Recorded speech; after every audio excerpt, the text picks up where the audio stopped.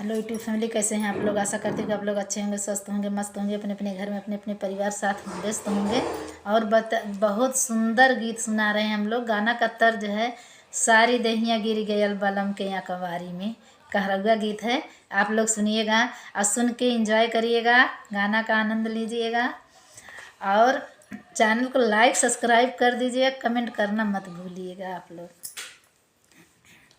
बलम के रखवारी में, बलम के रखवारी में, सारी दहिया गल गयल बलम के रखवारी में, सारी दहिया गल गयल बलम के रखवारी में, बलम के रखवारी में, बलम के रखवारी में, सारी दहिया गल गयल बलम के रखवारी में, सारी दहिया गल गयल बलम के रखवारी में।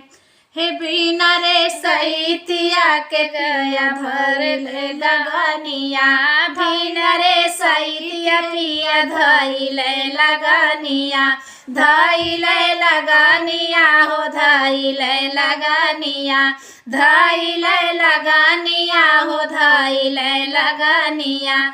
जान ना दरदिया डाल दिहल परेशानी में, जाने ना दरदिया डाल दिहल परेशानी में, सारी दहिया गल गयल बलम के रखवारी में, सारी दहिया गल गयल बलम के रखवारी में, बलम के रखवारी में, बलम के रखवारी में, सारी दहिया गल गयल बलम के रखवारी में, सारी दहिया गल गयल बलम के रखवारी में।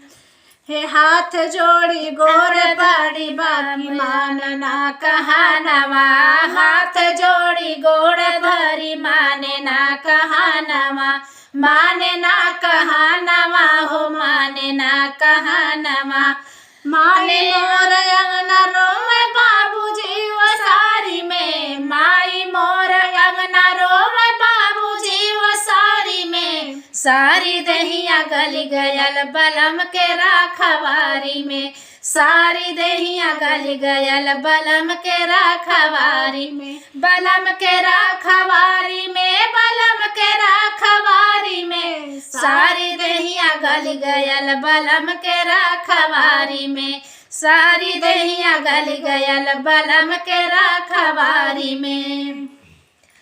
हे धक धक धक धक कर जियरा धड़केला छतिया, धक धक कर जियरा धड़केला छतिया, धड़केला छतिया हो धड़केला छतिया।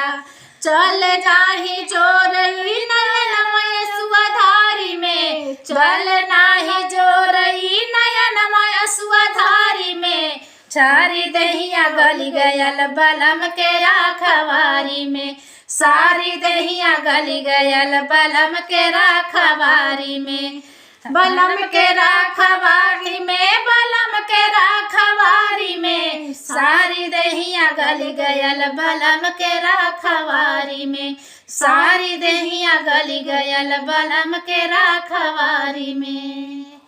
कैसा लगा हम लोग का गाना, प्लीज़ आप लोग सुनिएगा और सुन के कमेंट करके ज़रूर बताइएगा कि गाना हम लोग को कैसा लगा।